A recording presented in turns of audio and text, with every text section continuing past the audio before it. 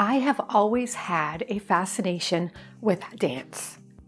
As a kid, I dreamed of achieving a lot of things, but none more so than the talent to dance. I was envious of all the girls who got to dress up in sparkly, sequined outfits and perform on a stage in front of their family and friends. I wanted to be that girl. But growing up in a big family put a strain on finances for my parents. And dance lessons weren't exactly on the top of the priority list. Food, shelter, and clothes were. A part of me was relieved in a way, though. Relieved because a part of me didn't trust that I had what it would take to be a skilled dancer who had earned a spot on that stage. I feared the reality of taking that center stage. I often wonder what would have happened if I didn't sink into that comfort of that fear back then, and I actually danced anyway. Danced wherever I could find a free spot. In my imagination, I was safe to explore the possibility of being that skilled dancer on stage and under the spotlight. I spent a lot of time behind closed doors in pretend mode. I experienced supreme dance moments in the privacy of my bedroom, with my frilly curtains, stuffed animals, and hairbrushes as my audience. In that privacy, I could be anyone I wanted to be. So I chose to be a master of fluidity, open to the thrill of dance, but only in the privacy of my own world. You see, I spent the better part of my childhood and young adulthood dreaming of dancing with a life I never felt I could claim in reality. I dreamed not only of being a good dancer, but a brave person, a more social person, and eventually a young woman achieving great things in life that my family and friends would be proud of. I dreamed of these things, but failed to actually enter the dance to make it a reality. It wasn't until I grew frustrated with always living life from the sidelines and watching everyone else achieve great results in life that I decided enough was enough. I was tired of being a spectator, a dreamer, and I wanted to be a doer. I wanted to claim that spot on the dance floor of life so I too could enjoy the rush of the journey. I feel there are 3 things that hold us back from achieving in life: lack of knowledge, fear, and rigidity to change. I had a lack of knowledge, and I wanted to change that. I began to immerse myself in the process of learning. I studied what others were doing, and I learned from them. Now, in the present day, I still seek to learn. I love approaching life as a student of the universe. I like to go for what I call power lunch walks around the campus where I work. And during those power walks, I enjoy learning new things, like a new fitness or well-being concept, life hacks, and overall solutions to a challenge I may be personally facing at the time. When I find a topic that resonates deeply, I am all over it. I study that topic as if my life depended on it, siphoning all it has to offer so that I may apply it to my life.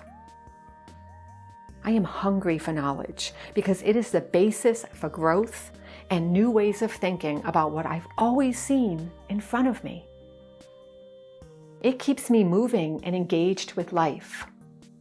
I form a dynamic bond with acquiring new information and testing it out in my life. And then, when I discover something really, really cool about it, I share it. That's where I derive my greatest joy, is in the sharing of newly acquired knowledge. Every time I pick up a new fact or taste test a new proposed theory or concept, I evolve into the next iteration of myself.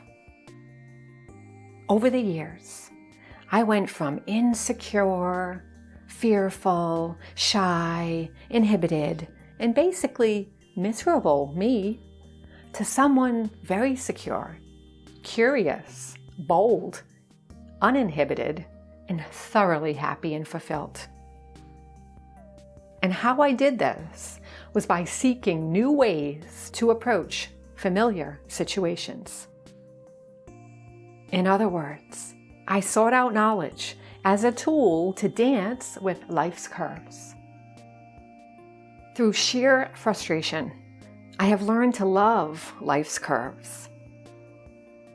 Since opening my eyes to the beauty in a challenge, I don't think I've come across a curve that hasn't flirted with my curious, hungry soul and left me a better traveler on this ever-changing, twisting path in life. In fact, I dry up and wither away if on a straight and simple journey through life. I enjoy when something encourages me to sashay around the path of life to advance forward. I love to extend beyond what's apparent with a fluidity born out of curiosity. There is nothing sweeter than the heat that radiates from the heart of an exciting new takeaway on life. Only then can we dance with freedom.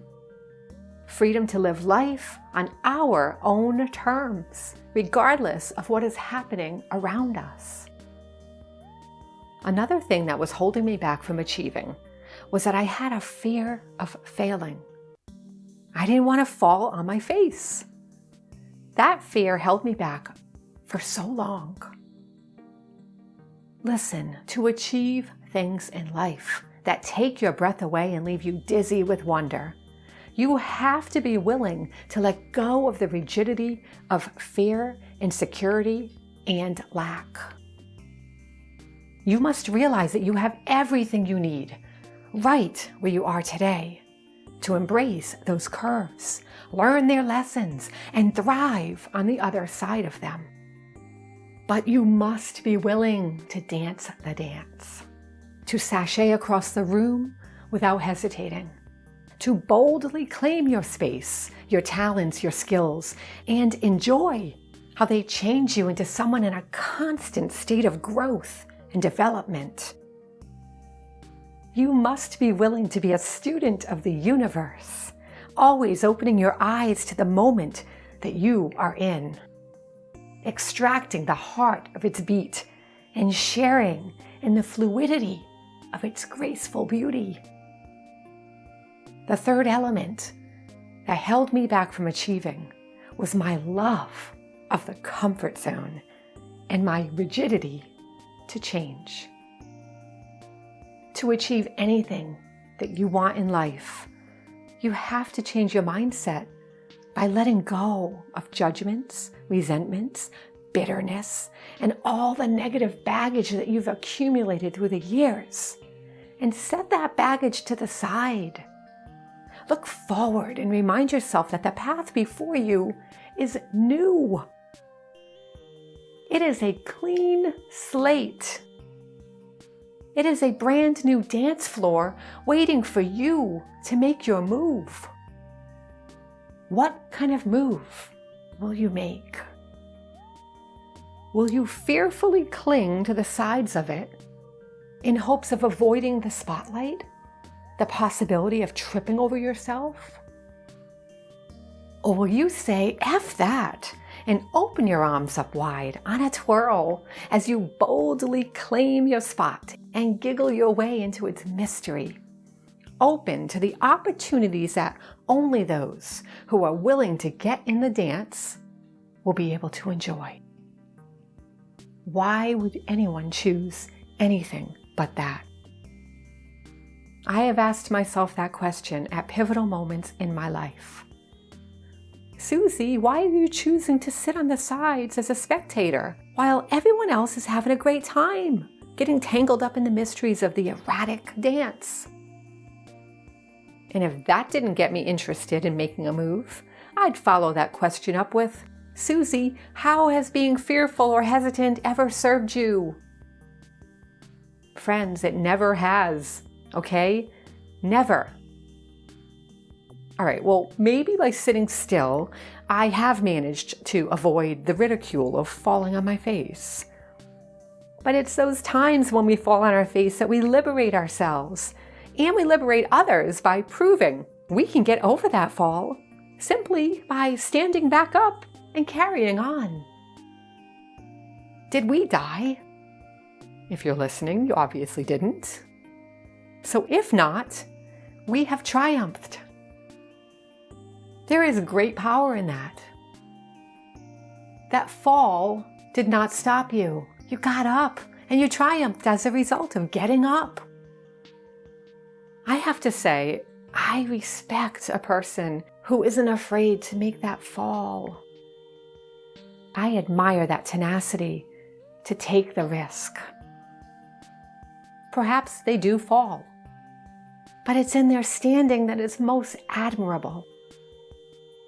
I find myself cheering them on and wanting to share in that victorious dance of facing and embracing the curve, the fall.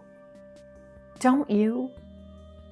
I think most everyone cheers on those willing to take the risk, those willing to risk their status quo for a spot on that dance floor.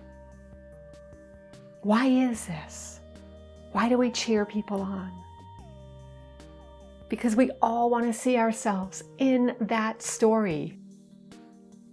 We all want to see ourselves claiming our lives, living on our own terms, not being afraid to make a fool of ourselves, transforming from spectator to active participant in this great dance of life.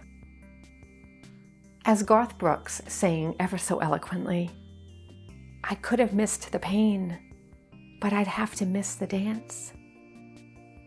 To achieve anything in life, you have to be willing to dance.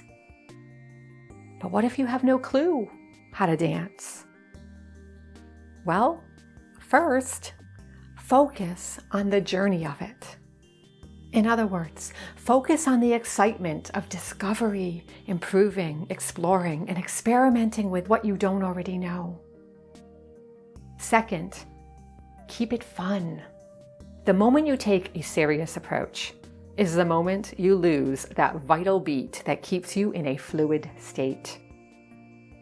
Laugh, giggle, seek the fun, and by doing that, you free others to indulge in that same fun vibe too. Third, toss out the deflating negative self-talk. Just get rid of that. When you start to doubt yourself and hear thoughts that break you down, stop them by asking yourself something better, like, what is exciting about this?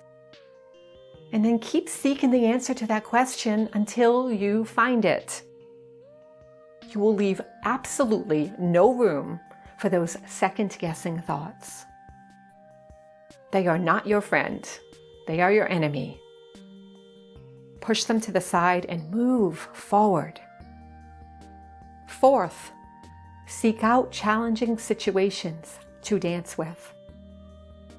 Be proactive about actually seeking out the challenge. Don't wait for them to appear. Rather, proactively place yourself in the center of that uncomfortable spot and flirt with it. See where it takes you. Become the leader and show it your best moves. Use life as a practice ground for learning and improving. Lastly, be willing to make a fool of yourself. When you give yourself permission to fall or to trip, you no longer fear it. When you don't fear it, you learn to move in sync with it. And this often results in a beautiful state of happiness. And isn't that the true gem in life? To achieve anything in life, you must be willing to open your arms wide to the idea of becoming a student of the universe, facing and embracing your fears, and shaking things up so you can claim your spot. Quite simply, you must be willing to dance.